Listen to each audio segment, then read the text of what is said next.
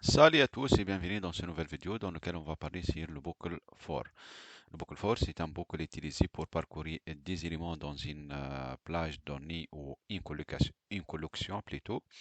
Il existe principalement deux manières pour utiliser le bucle for. Soit on utilise le bucle for pour parcourir une plage des données, soit on utilise le bucle for pour parcourir des éléments d'une collection ou d'un tableau.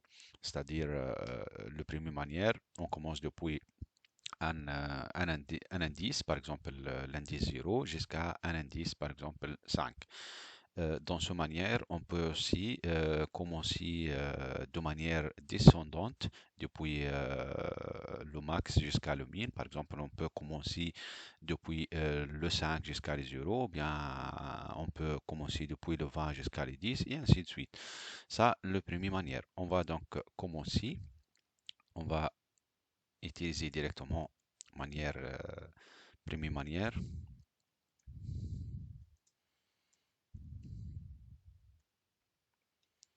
Dans la première manière, on va parcourir un plage de données, des éléments dans une plage.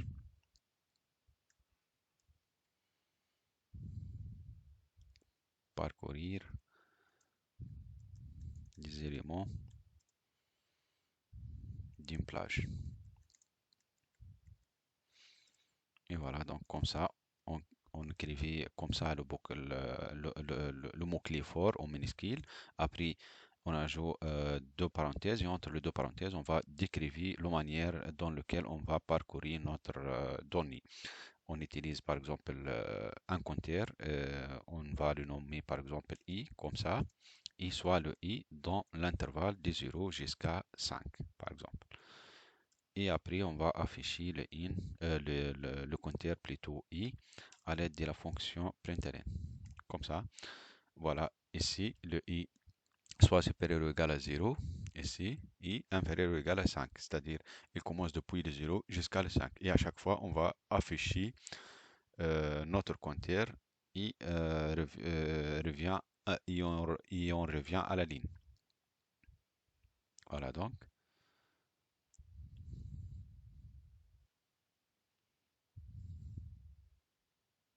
Voilà donc 0, 1, 2, 3, 4, 5. On va passer aux deuxième manière.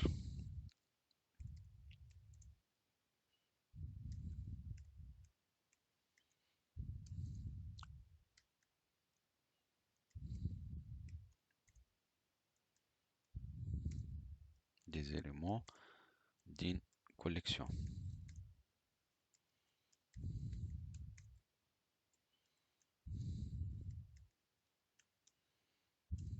Voilà donc. Dans cette manière, on va utiliser une liste contient des chaînes de caractères et à chaque fois, on va afficher l'élément de notre liste. On va commencer depuis le premier élément jusqu'à le dernier élément de notre liste. On va tout d'abord déclarer un variable, par exemple phrase, comme l'autre fois dans le vidéo des chaînes de caractères. On va utiliser la fonction split pour rendre notre chaîne de caractères sous forme d'une liste. Par exemple, on va choisir 1, 2, 3, 4. Et après, on va utiliser la fonction split pour, extracter les chaînes de caractères de notre phrase et le mettre dans une liste. Liste, comme ça. Après, phrase à l'aide de fonction split. Et on utilise le virgule comme séparateur entre les éléments. Donc, si vous savez, le résultat de notre liste sera comme ça. Liste égale tous les éléments de notre chaîne de caractères. Comme ça.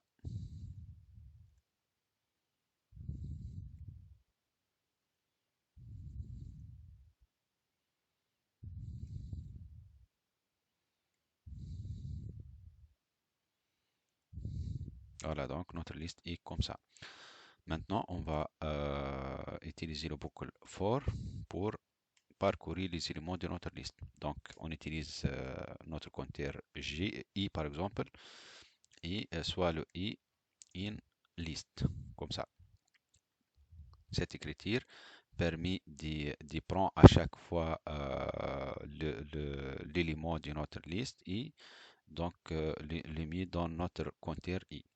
On va afficher notre compteur à chaque fois, println le i. On va commenter ce code-là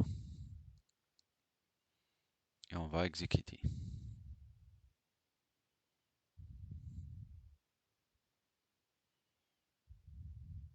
Voilà, donc ça, la deuxième manière de parcours des éléments d'une collection de données.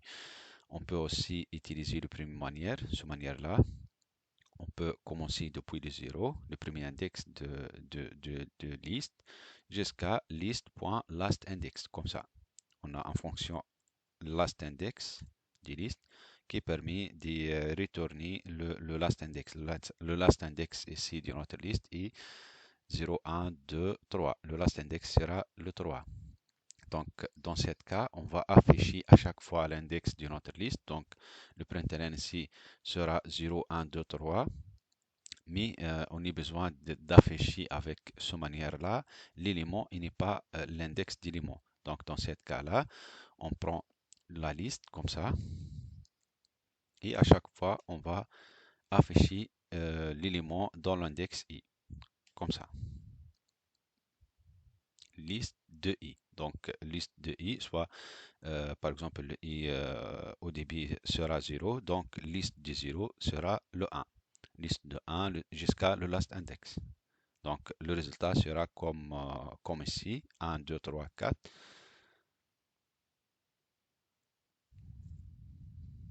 Voilà, donc 1, 2, 3, 4.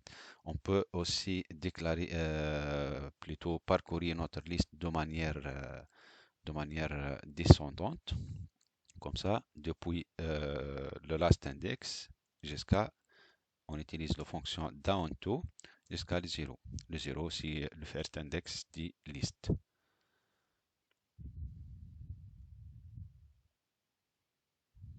Voilà, donc le résultat sera 4, 3, 2, 1. On a fait le parcours de deux derniers éléments de notre liste jusqu'à le premier élément de liste. Voilà, donc ça pour la deuxième manière. On peut aussi,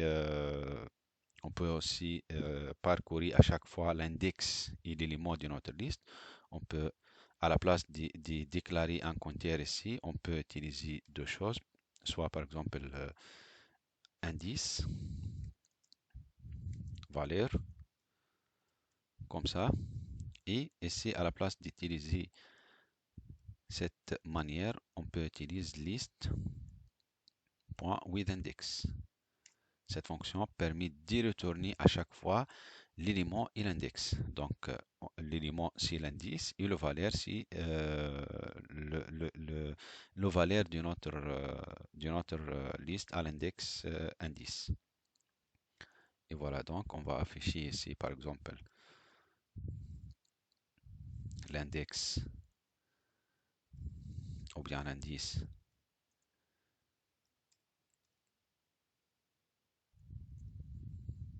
On va utiliser pour le concaténation le dollar ici, l'indice indice comme ça.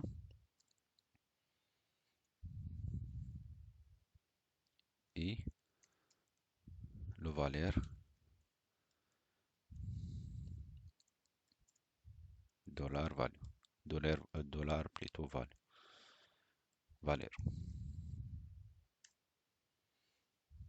Donc à chaque fois ici, il va prendre l'indice. L'indice c'est les 0 par exemple au premier temps et le valeur sera 1. Donc voilà, donc l'indice est 0 et le valeur 1, l'indice est 1 et le valeur 2 et ainsi de suite. Voilà, donc ça pour la deuxième manière. Il y a plusieurs aussi, plusieurs choses qu'on peut l'appliquer sur une liste. On va le voir ça en détail dans les vidéos prochaines. Et si il y a une chose n'est pas claire, merci de le mentionner au commentaire. Je reviens vers vous dès que possible. Et À bientôt.